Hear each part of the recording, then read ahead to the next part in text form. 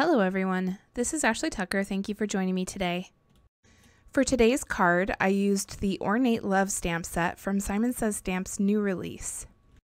I pulled out the letters that form the word love and I put them in my MISTI tool, and then I stamped them with Simon Says Stamp Embossing Ink onto some Bristol smooth paper. And I did go over that paper with my powder tool before stamping. I embossed those letters with Alabaster white embossing powder from Brutus Monroe. I didn't have to worry about lining those letters up because I knew I was going to cut them out after I did some distressed oxide ink blending on top of them. I used two different colors for each letter. For the L, I used the colors Worn Lipstick and Candied Apple. For the O, I used Ripe Persimmons and Mustard Seed. For the V, I used Twisted Citron and Lucky Clover. And for the E, I used Salty Ocean and Wilted Violet. After doing the embossing on each of the letters, I took a dry, clean cloth and I went over the letter really well in order to wipe off any of the ink that might be sitting on top of the embossing. This step makes a big difference because it ensures that the embossing is nice and white.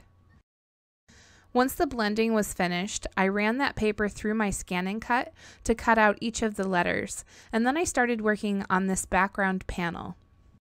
So for this background, I have a piece of Neenah Solar White cardstock, and I'm using the Mod Stripes stencil from Simon Says Stamp. I'm using a palette knife to go over the stencil with some Nuvo Moonstone Glimmer paste. One thing that I wanted to mention about the paste is the last time that I used it, I did not clean off the rim, and there must have been some paste on the rim because my jar was sealed shut. I could not get it open for a long time, and I asked my husband if he could open it, and he couldn't. It was completely glued closed. So in order to get it opened, I had to run it under some really hot water for a few minutes, and then I was able to get it open. So if you ever have an issue with one of your texture pastes getting sealed shut, try running it under some really hot water. Just a little tip that I thought I'd give you guys. Anyways, once I finished spreading out that texture paste, I lifted up the stencil while the paste was still wet and then quickly went and washed the stencil and my palette knife. I set that panel aside to dry. You want to give it a good amount of time to dry. And while I was letting it dry, I moved on to stamping a sentiment. This sentiment comes from the same stamp set that I was using earlier, and I stamped it with Simon Says Stamp Embossing Ink onto some Bazzill Licorice Twist cardstock, and then I embossed it with the Alabaster white embossing powder.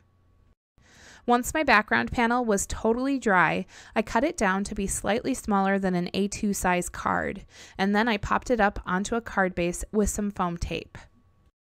I placed some small pieces of foam tape on the back of each of the letters, and then I used my T-square ruler in order to help me place those letters onto my card.